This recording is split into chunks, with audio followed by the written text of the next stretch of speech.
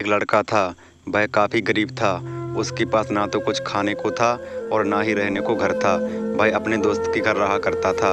उसके एक छोटी सी कंपनी में पैकिंग का काम करना शुरू कर दिया। धीरे धीरे उसके पास काफ़ी पैसे भी हो गए। बाद में वह काफ़ी धनी भी हो गया, लेकिन अभी भी उसके अंदर कुछ कमी का एहसास होता था। जब वह छोटा था तभी उसके माता पिता इस दुनिया से चले गए थे। उसने कभी प्रेम को नहीं जाना था। एक दिन जब वह अपने किसी काम से बाहर गया था तो उसे एक लड़की दिखी जो कि काफ़ी अच्छी और खूबसूरत थी। उसको देखते ही इस लड़की को उस लड़के से प्रेम हो गया। वह काफ़ी देर तक उस लड़के को देखती रही। कुछ देर बाद वह लड़की वहाँ से चली गई। कुछ दिनों तक यह लड़का उस लड़की को खोजता रहा, लेकिन वह लड़की न मिली। लेकिन नियति ने उस लड़की से इस लड़के को मिला दिया।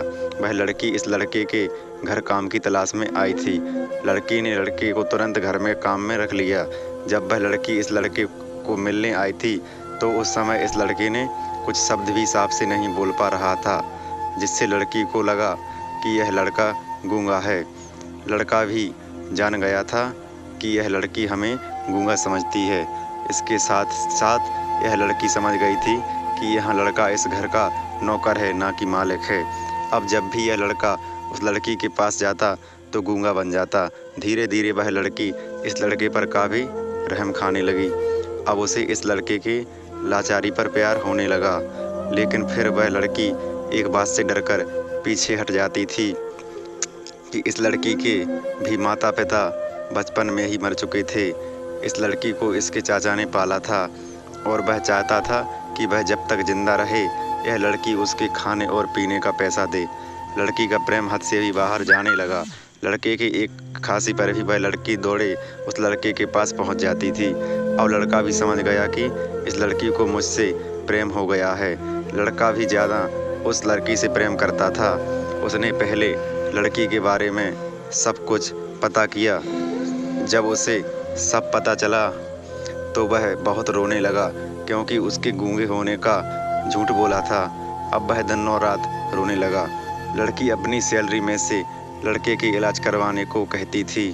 एक दिन सुबह ही उस लड़की को पता चला कि वह लड़का हॉस्पिटल में भर्ती है।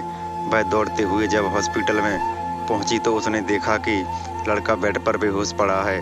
उसके आसपास काफ़ी मशीनें लगी हुई थी।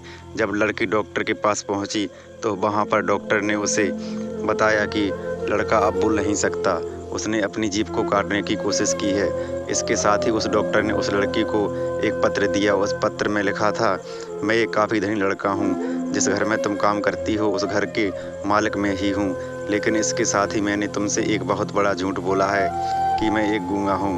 अब इस झूठ का प्रायश्चित करने के लिए मैं ऐसा काम करने जा रहा हूँ। इसके साथ ही तुम मेरे घर से मेरे मैनेजर से पैसों को लेकर अपने चाचा को दे देना और एक नई ज़िंदगी की शुरुआत करना। अगर हो सके तो मुझे माफ़ कर देना, तुम्हारा दोषी। इस पत्र को पढ़ने के बाद लड़की की आंखों में आंसू भर आए। वह दौड़ते हुए मंदिर में गई। उसने भगवान के सामने कसम खाई कि जब तक लड़का बोलने नहीं लगता तब तक वह कुछ नहीं खाएगी, भले ही वह मर क्यों न जाए। इधर डॉक्टर सर ने दोनों के मन की बात कबूल कर लिए और अब लड़का बोलने लगा। लेकिन वह अपनी याददाश्त को खो गया। अब उसे कुछ भी याद नहीं था। अब इसके बाद लड़की ने उसे याददाश्त के लिए काफ़ी कुछ किया, लेकिन याददाश्त न आ सका। अब प्रेम की नींव को झूठ पर रखा जाए तो वह गिर ही जाती है। धन्यवाद दोस्तों।